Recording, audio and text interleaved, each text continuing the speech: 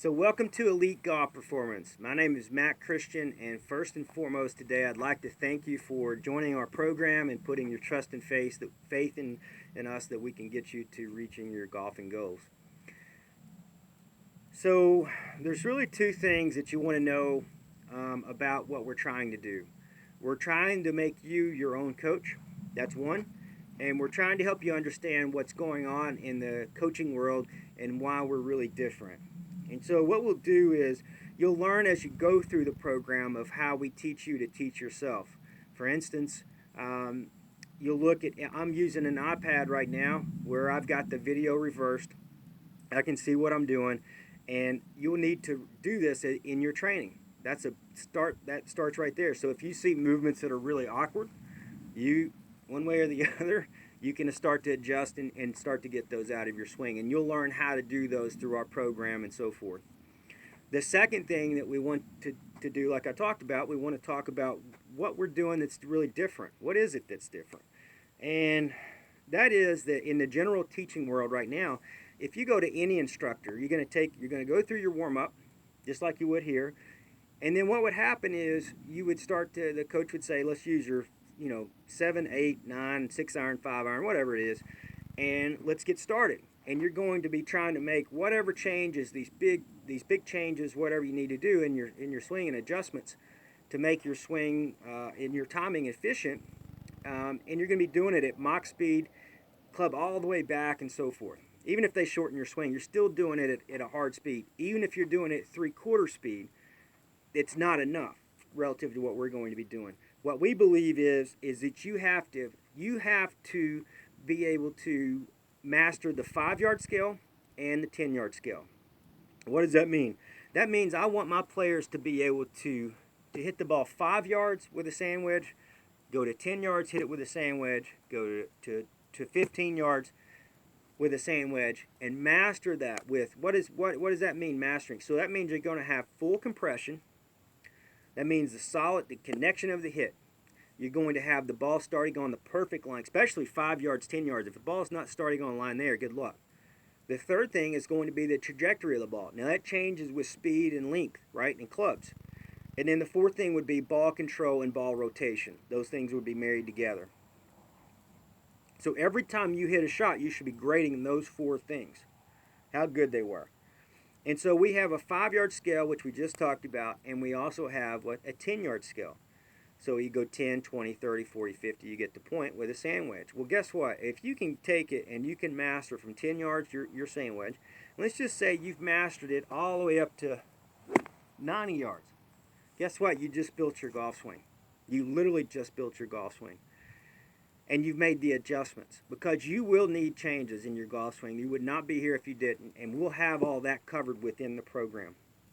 But the simplest thing to do in golf is to go get a sand wedge, take you a bucket of balls, and learn how to hit the ball. I'm not saying learn how to, cut the ball and all that. I don't want that. I'm talking about hitting it straight, kind of like a chip and run with the sand wedge. And you'll see there's a lot of styles. There's this style. You've got this style. You've got a million different styles that work. The PGA proves that every single week. But I've never had anybody prove the point to me.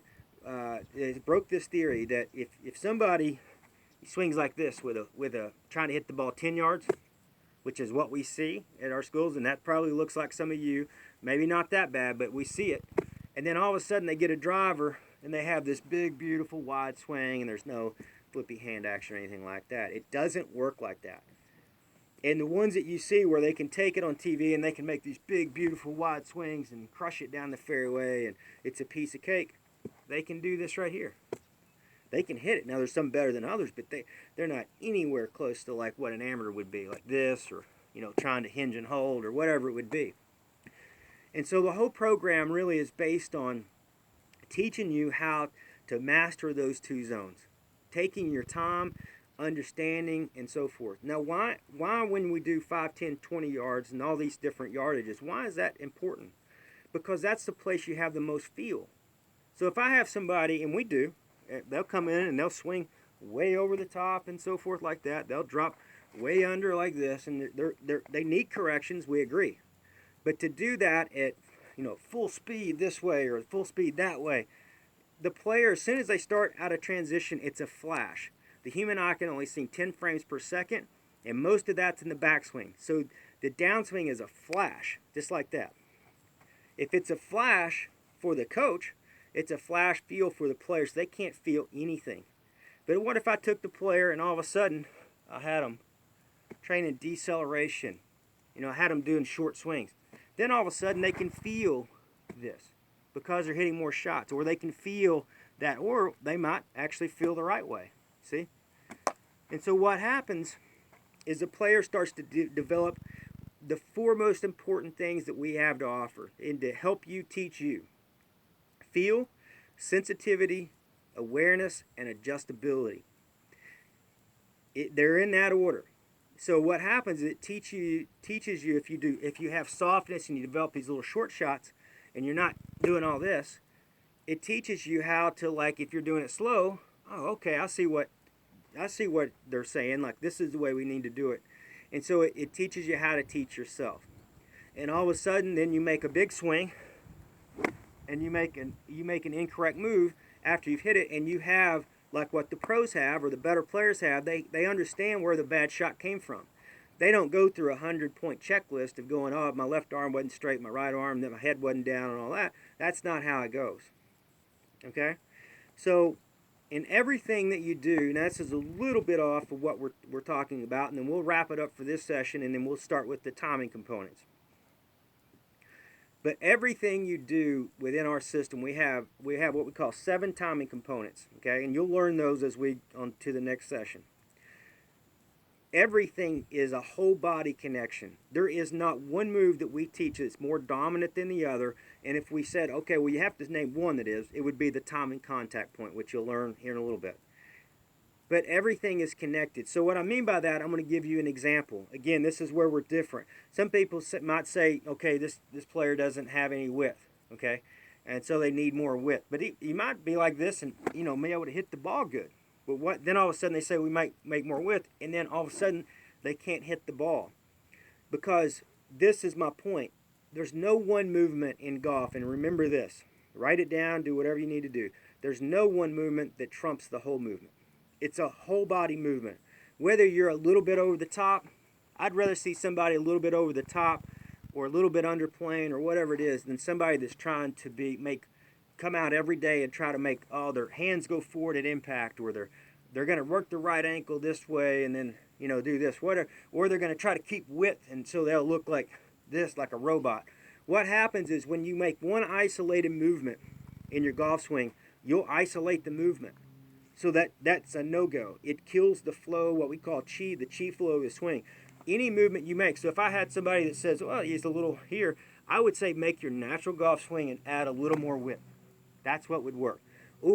And that's not what this lesson's about is the width. If they were trying to have a problem, they were flipping it here, I'd say, hey, we need to get the side of the shaft a little more forward.